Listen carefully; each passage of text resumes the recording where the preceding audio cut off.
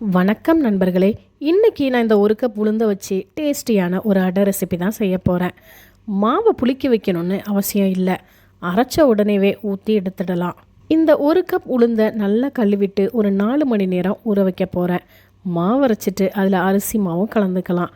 என்கிட்ட அரிசி மாவு இல்லை, அதனால் 2 ஸ்பூன் இட்லி அரிசியும் சேர்த்து ஊறப்படும். எனக்கு சின்ன வயசில் உளுந்தங்களி முட்டையெல்லாம் கொடுத்தாங்க. நான் அதெல்லாம் சாப்பிட மாட்டேன்னு சொல்லிட்டேன். ஆனால் அதோட வேல்யூ இப்போ தான் தெரியுது. முதுகு வலி இடுப்பு வலி வரும்போதெல்லாம் ஒருவேளை அதை சாப்பிடாம விட்டதுனாலையோ அப்படின்னு தோணும்.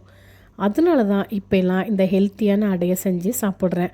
முக்கியமாக இடுப்பு வலி முதுகு வலி இருக்கிறவங்களுக்கு இந்த அடையை சாப்பிட்டா எலும்புகள் நல்லா வலுவாகும். இந்த அடைக்கு தொட்டுக்கிறதுக்கு பெஸ்ட்டு காம்பினேஷன்னா தேங்காய் சட்னி. தேங்காய் பொட்டுக்கடலை வீட்டில் இல்லை. இந்த உளுந்து ஊறுறதுக்குள்ளே வாங்க ஒரு குட்டி ஷாப்பிங் பண்ணிவிட்டு வந்துடலாம். இந்த கடையில் எப்போதுமே நிறைய தேங்காய் டப்பா அடுக்கி இருக்கும். நான் வந்த நேரம் ஒரே ஒரு டப்பா தாங்க இருக்குது, இதையும் எடுத்துக்கிட்டேன். அடுத்து தயிர் இல்லை வீட்டில், அதுவும் ஒரு டப்பா எடுத்துக்கிட்டேன். அப்படியே சுற்றி பார்க்கும்போது இந்த ஸ்நாக்ஸ்லாம் என் கண்ணில் பட்டுருச்சு. ஆசையாக வாங்கிட்டோன்னு வச்சுக்கோங்க, எண்ணெய் ஸ்மெல்லு வரும். அதனால் பார்க்குறதோட நிறுத்திக்குவேன். ஒரு பிரெட் பாக்கெட் வாங்கிட்டு கிளம்பிட்டேன் அங்கேருந்து. நான் என்ன வாங்க போனேன், என்ன வாங்கிட்டு வந்திருக்கேன், கடைசியில் பொட்டுக்கல்லையே மறந்துட்டேன்.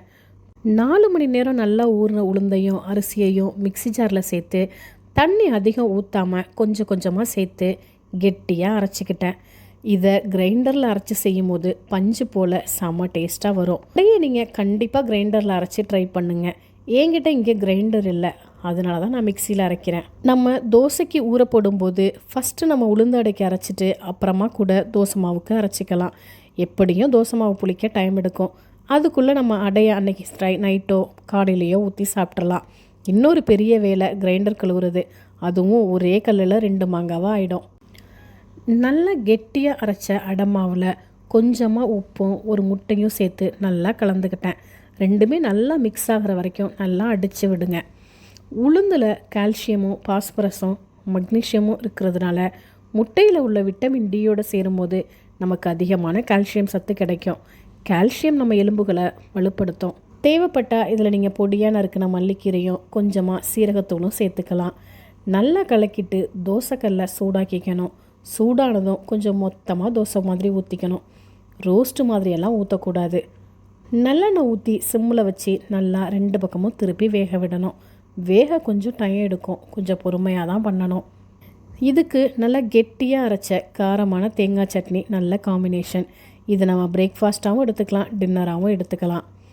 நல்லா கொஞ்சம் செவந்து வந்தோன்னே அடையை எடுத்தால் கரெக்டாக இருக்கும்.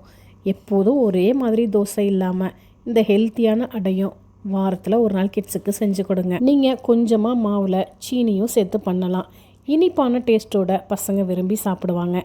சாஃப்டான தோசையோட இந்த காரமான சட்னி சேர்த்து சாப்பிடும்போது டேஸ்ட்டு செம்மையாக இருக்கும். நம்ம சேனலை சப்ஸ்கிரைப் பண்ணிவிட்டு லைக் பண்ணுங்கள். அடை பிடிக்கிறவங்களோட ஃப்ரெண்டுக்கு இந்த வீடியோவை ஷேர் பண்ணுங்கள். தேங்க்யூ ஃபார் வாட்சிங். See you soon.